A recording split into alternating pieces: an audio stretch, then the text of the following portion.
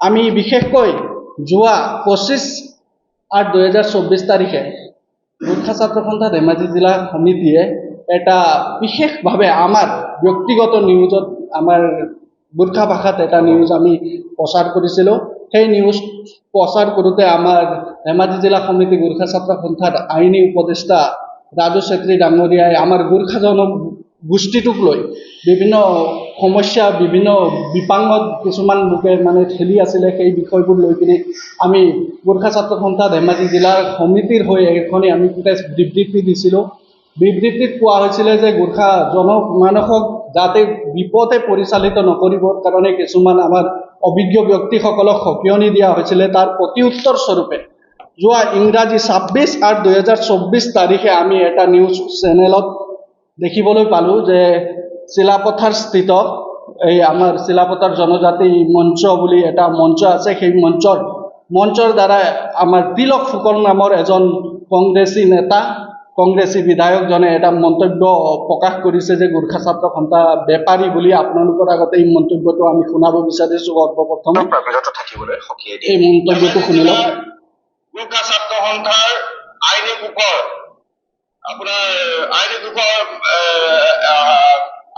এজন উকিলে তেখেতে প্ৰেছ মিটত জনাইছে যে আমাৰ এই দলটো আমি নিজৰ স্বাৰ্থৰ কাৰণে কেইজনমান স্বাৰ্থৰ কাৰণে আমি সংগঠনটো কৰিছোঁ আৰু আমি MEC সমূহৰ গাঁওবিলাকত আমি উলিয়াই দিবৰ কাৰণে যিটো দাবী সেইটো বোলে আমাৰ নিজৰ কামৰ কাৰণেহে কৰিছোঁ বুলি কৈছে, স্বাৰ্থপৰ বুলি কৈছে। গতিকে সেইসকলক মই এটা কথা কওঁ, হয়, এনেদৰে আমাৰ গোৰ্খা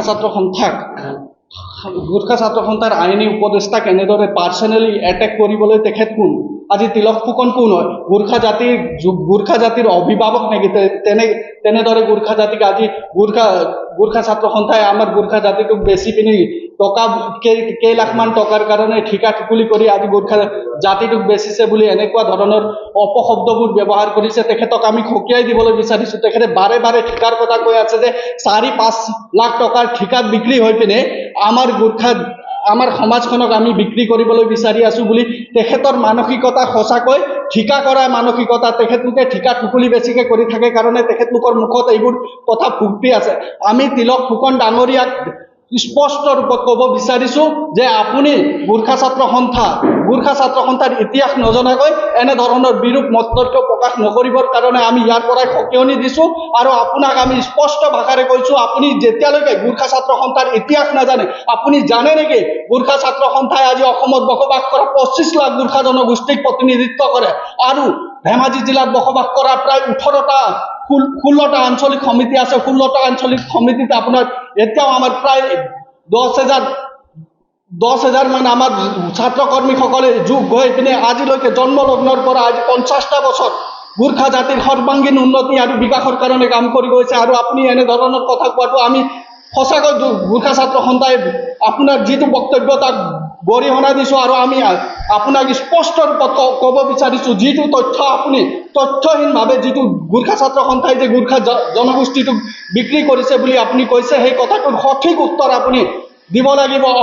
আমি 48 ঘণ্টা আপোনাক সময়সীমা বান্ধি দিছোঁ। যদি 48 ঘণ্টাৰ ভিতৰত আপুনি আমি যে ক'ত দালালি কৰি গোৰ্খা জনগোষ্ঠীটোক বিক্ৰী কৰিছোঁ সেই কথাটো যদি আপুনি স্পষ্ট নকৰে, তেতিয়াহ'লে আপুনি সামাজিক মাধ্যমত সামাজিকভাৱে ক্ষমা খোজক। অন্যথা কিন্তু আমি ধেমাজি জিলা গোৰ্খা ছাত্ৰ সন্থাই ইয়াৰ উচিত আইনী ব্যৱস্থা ল'ম বুলি সকিয়নি দিছোঁ। আৰু লগতে আমি এটা কথা স্পষ্ট ৰূপত কৈ দিছোঁ যে গোৰ্খা ছাত্ৰ সন্থাক এনেধৰণৰ অপমানসূচক মন্তব্য যে জাতি বিক্ৰী কৰিব, জাতিৰ দালাল বুলি ক'বলৈ তেখেতে ক'ত সাহস পালে, কাৰ পৰিচনত পৰি তেখেতে এনেধৰণৰ বক্তব্য আগবঢ়াইছে।